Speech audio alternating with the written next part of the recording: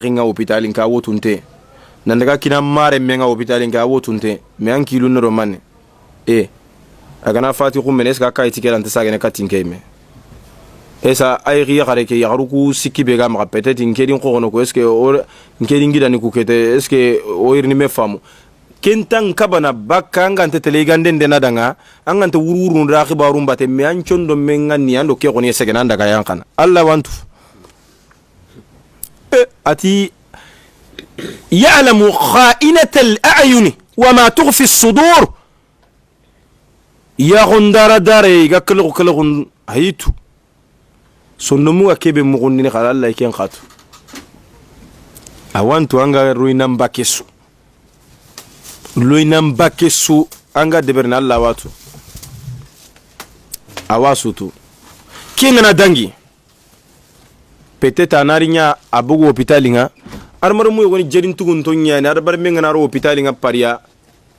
iro daga na linya ne mega wururunta parce que togo yogane kane manna kenkita angana hopitalin qatrati kenya barajen tanda parce que angengere mu nanti serenge hopitalin tankendo wuru nya ne meke tangen kananga segen angare kalle kumbene dunaso sonin karatu na warando baraje somane Allahu akbar agare tampibe wurroke batenga annawarado baraje kharu baraje khasu sigi khasu durgoto o khatu sumbu surana khay anger de berdo mana be batalla fayta khona ga so ina ngay soronya nan tigana me khagu nyime ane so ninga khoro khatanga du kono de bilemonda mukuninda de bilemo ngampirini fufu anga de berni a de bertalla na wase nimisini khumbene hara gana bonan kite wallahi anta nimisini angir fufu de bertalla gana har bonan kite anta nimisini nangururu parce que soninkara soron nanguru do wotunten pini mbatenga mana njofe degere ya keta duna sugi jikiran qose nantante baka watege keni masu yi gollenga lakeda iganya na teta kara hospitalin kan iga tanin tigini aya gamo qoro manne mulatini manne mulla o izona yan qandira ba ona deni dokiya ba ona ya kundo ba kiso asuga kota ke kane khatana yiti gana mo kebe kota baden ki ari tigandi gebe mugi toronga vraiment duna sude tiga kempeta la tiga ndere Allah hamminte kemma soron no kunya ni nyagali Allah fofo sunte ken tigande ma ken tigande ne soyenye kunga maniani keta fureke fati falle baden kere falle nat o kuganya kama wakati biya ina commencé documentaire ni mbagani kede kita nya kundu doktoru nyimeti kundu doktoru ntike atike kennan kada ko daraja nyai keta ko khima nya soronga fanana danga ambani an kono kinnan kada ko gidu nyai ko nyagali nyai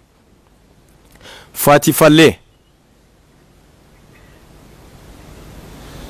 fare sallallahu alayhi wa sallam ati adfinul mauta fi masari'ihim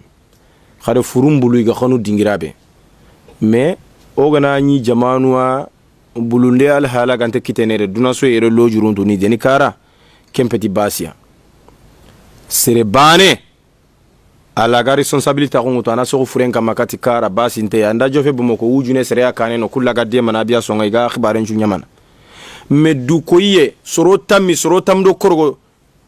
kembi gore be osuga wutuna to fudo furem batenga bane suga tele to muri durgo to ken ngutanna ralla kesi no ambiye mbantanna ralla kesi e puis janaza nyime fardun kifaya yanona tuwa fardun kifaya ngure mane soro gana giris nan cigiro golle ba kanu kutun kam na furentun cikati bomoko har sere bane gana kite ma fillo akanu kutun kam agana jofene bomoko kara no ngonto la manu nero mo gobo yero o bange suwe dono aw serenge be nyini du kaneno me ay me serebe mulla wala alla killen gollumpo won qawana ngolliti kunga miskina tampintongono saralla samantongono sarad deguntongono sorongono ngatambongiya hari daga ntakarni salli miside nyime o gwanta kono wa kenchu kono na masala o me girna nchigido kumbate igenati serenti pakita anyime yogoni ku ken me iri biyen kutu iduguta deza ngedi biyen kutu nduguta imedeza o sima nanti kenya narjana loyenga kenne falla to kenya kenne du ko yenya Allah ante kembaraje anta haramu layme ade du ko yano ngollu ado kubeni ge filla ke fi parce que du ko inta khunne filla ka penya farenti iyakum wa shirka al asghar na gongono francinko baka filla ka pe tugunne soron de trinité fare wa mashirku al asghar filla kapay tugune ne manna kongo dangane ati arriyau du ko yenyen ko yurauna an-nasa in du ko ini soronya wala yazkuruna Allah in talla fin kono illa qalila kan tadi fonneta Allah pin ko ngini sondo menga fonneta me in talla fi kono siringay ati du ko ye boketa golle suguma khalasi kemenenti kasarabin biqi'atin kubeni gemi gollun khalasi ndalla de gerde berti tokondo du ko yenya ata ko merere aga baran kulle yahsabuhu dham'anu ma'a daqunta khura tampinte ngajikinanti jinya fayi kane kun kite angana kiyen jamanu ko bama koni angana gidro late ma gidro nyinkara bane kane antin ko jinya faye kiyen ngana to daqunta khore ne kenya jikinanti jingi kane magana wuru agana sigi nonga lam yajiduhu shay'an tarbani nyino ووجد الله عنده أن الله ينو فوفاه حسابه أنكرو سندن لانغو لونغن كيبي أنا ما فغنديتيا أني سمبان أني كنان أنتي كونتين دينغا مانا كينغنا دانجي فورين باتي فالي أبادين خبارين غان قوانا نيامو كيبي الله غيرو رغانو مانا ناسلامين ترندي nantina ken golle de bari furen challe awu daga na silamin inda silami be fatiyan mugu ina ngiri nan challe najashi habasha tunkan yigonyan igatini debe ke beranga Ethiopia lenki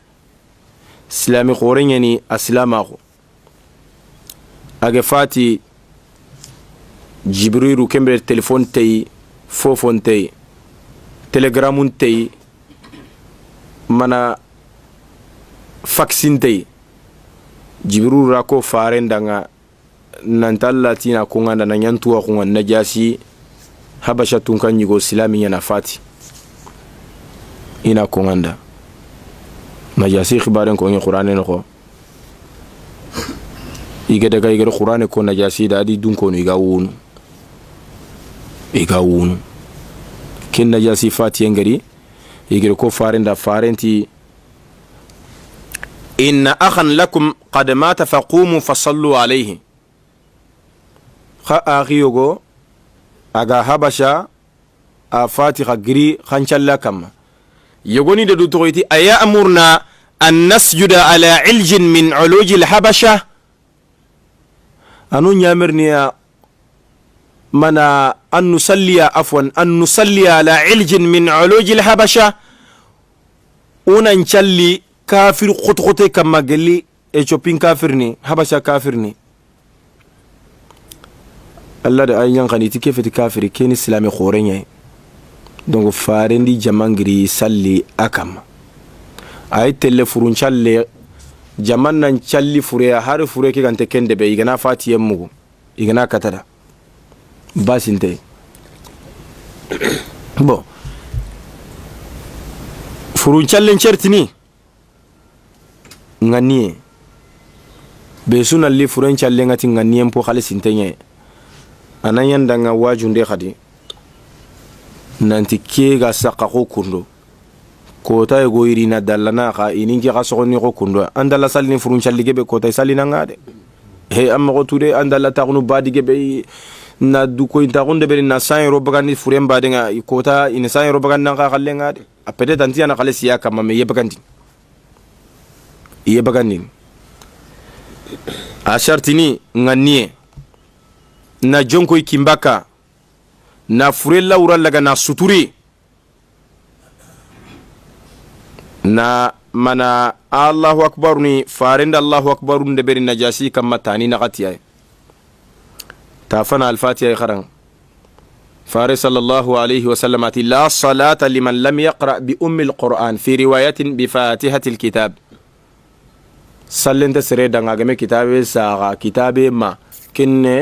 الفاتحة نغمي كن قرآنه ندوان مندبري دوان مبيني سنونغني قال سنتو والله الله تنتسرسو كلفني Allah gante kebeda hada gana nyara bin qanni Allah gante furun challe ancho ni kan qanne ke Allah gaddu ngal an mana ampun silamin dan annan duwatan kanne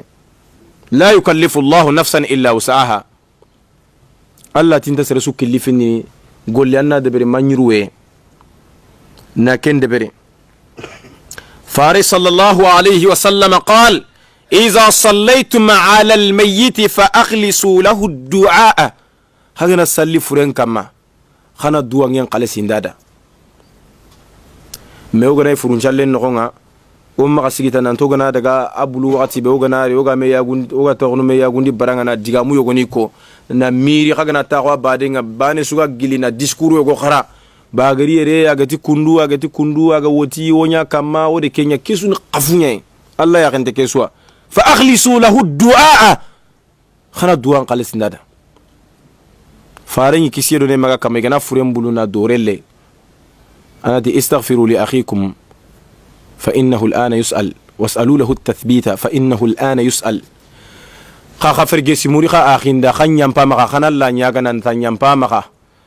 khana nene sebetiye anene nga sebetini malaika nundigan kanungure khana kenyaga adanga nalla nyaga nan tana kenyangada bawno sasa ifair na trindia khaburan bitengebe khaburan dorengebe